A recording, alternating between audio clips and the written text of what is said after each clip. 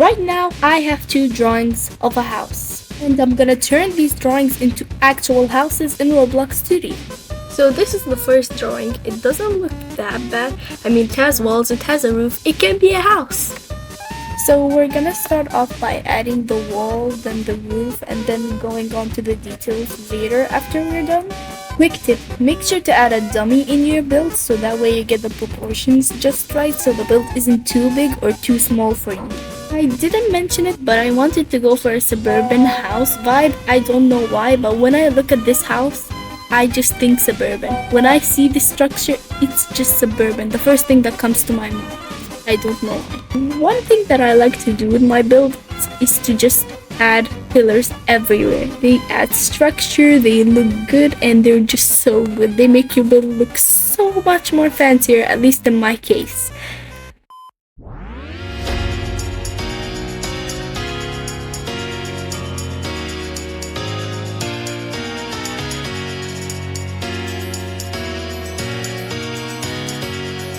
The build is done. All I'm doing now is just editing the terrain.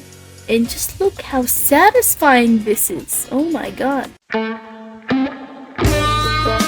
I don't know, maybe it's just me who thinks it's satisfying, but for some reason filling it up just feels so nice.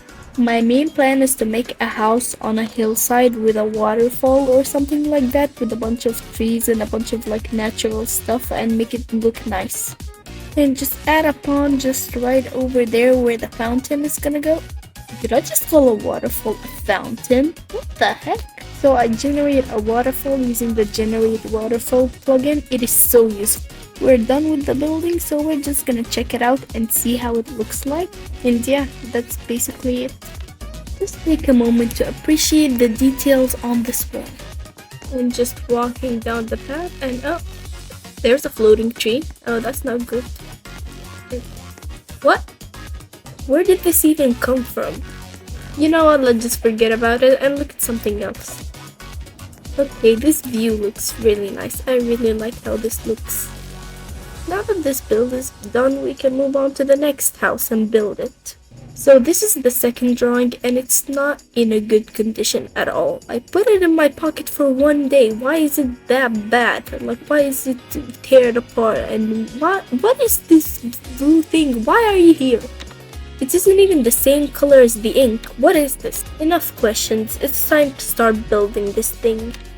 So what I'm gonna do is make a Victorian house, then I'm going to surround it by mountains and have a river flowing around it and add lily pads and fish. If I'm able to figure out how to add lily pads or add fish, I'll do it.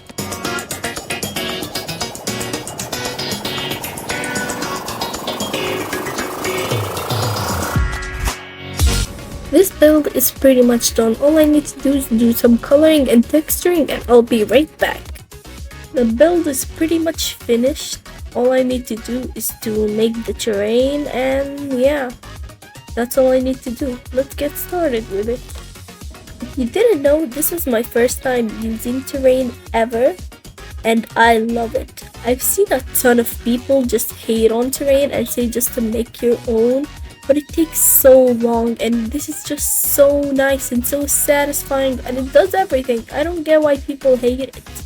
Like, why? It looks so nice. Detailing always used to be my favorite part of building. Now it's this. I love it so much. So here's the end result, because I lost a recording footage of me completing the terrain. But you know what? Let's just explore this place.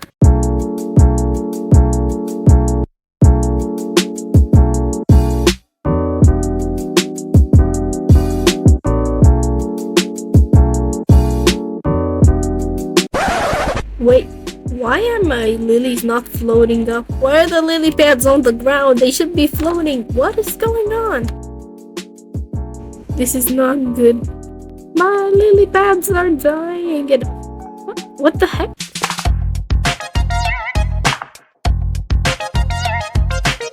You know what? Let's just forget about that. Both builds turned out really well, other than some problems here and there. Other than that, I'm really proud of how they turned out. Make sure to comment down below which one was your favorite, and I'll see you in the next video.